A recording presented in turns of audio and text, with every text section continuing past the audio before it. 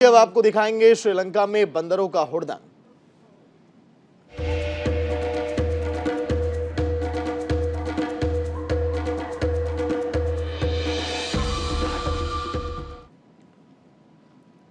चीन पाकिस्तान के गधों के बाद अब श्रीलंका के बंदर खरीदने के फिराक में है।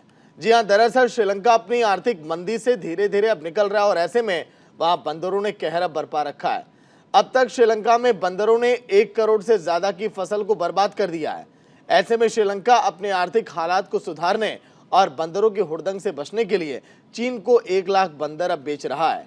अब चीन ये बंदर क्यों खरीद रहा है, चलिए आपको दिखाते हैं इस रिपोर्ट के जरिए।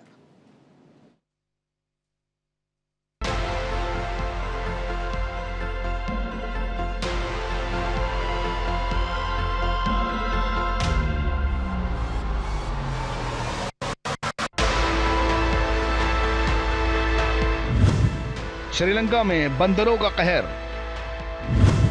बंदरों ने मचाया श्रीलंका में हुड़दंग। करोड़ों की फसल बंदरों ने की तबाह। श्रीलंका बेचेगा चीन को 1 लाख बंदर। बंदरों का क्या करेगा चीन?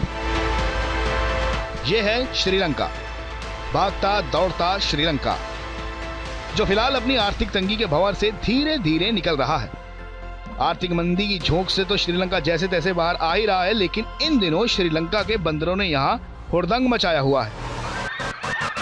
ये देखिए कैसे यहाँ राह चलते लोगों का जीना मुहाल है, और ये श्रीलंका का शहर है। सोचिए जरा, जब इन बंदरों का कहर शहर में इतना है तो गांव या बाकी इलाकों में इनके कहर का क्या आलम होगा। इन बंदरों के आतंक से राहत पाने के लिए और देश की आर्थिक हालात को जल्द पटरी पर लाने के लिए श्रीलंका अपने देश के स्थानीय बंदर प्रजाति टोके मकाक को चीन को बेचने का विचार कर रहा है। बंदरों की मांग को लेकर 3 दौर की बातचीत चीन के साथ पूरी हो चुकी है। आपको बता दें कि श्रीलंका चीन को अपने 1 लाख स्थानीय बंदर प्रजाति जो कि टोको मकाक हैं उन्हें बेच रहा है। दरअसल श्रीलंका में इन बंदरों ने करोड़ों की फसल का नुकसान किया है, जिस वजह से यहाँ की अर्थव्यवस्था पर इसका भारी असर पड़ा है। इसी वजह से श्रीलंकन सरकार इन बंदरों को चीन को बेचकर अपनी इकोनॉमिक कंडीशन को भी सुधारेगा और इन बंदरों के आतंक से भी राहत पाएगा। मगर अब सवाल ये उठता है कि चीन इन 1 लाख बंदरों का करेगा क्या? श्रीलंका के साथ हुई मीटिंग में चीन ने बंदरों को अपने अलग अलग चिड़ियाघरों में रखने की बात कही है। एक रिपोर्ट की माने तो इन बंदरों का इस्तेमाल कॉस्मेटिक उत्पादों और चिकित्सा प्रयोग के परीक्षण के लिए किया जाएगा। वहीं अगर हम चीन के पिछले साल के एक्सपेरिमेंट्स की बात करें तो रिपोर्ट्स को खंगालने पर पता चला है कि चीन अपने नए स्पेस स्टेशन तियानगोंग में नई खोज की तैयारी में है। चीनी तियानगोंग स्पेस स्टेशन में 0 ग्रेविटी में लाइफ साइंस रिसर्च करने की योजना बना रहा है।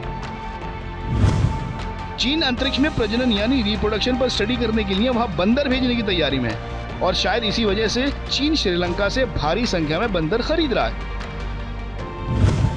आपको बता दें कि चाइनीज एकेडमी ऑफ साइंसेज में चूहों और अफ्रीकी लंगूरों से जुड़ी स्टडीज ये देखने के लिए की जाएंगी कि वो अंतरिक्ष में कैसे बढ़ते हैं या प्रजनन करते हैं। ये प्रयोग माइक्रो ग्रेविटी और अंतरिक्ष के वातावरण में जीव के अनुकूलन को समझने में मदद करेंगे। दूसरा कयास ये भी लगाया जा रहा है कि चीन इन बंदरों को बायोलॉजिकल वेपन के तौर पर भी इस्तेमाल कर सकता है, यानी किसी वायरस को टेस्ट करने के लिए या कोई और दवा बनाने के लिए।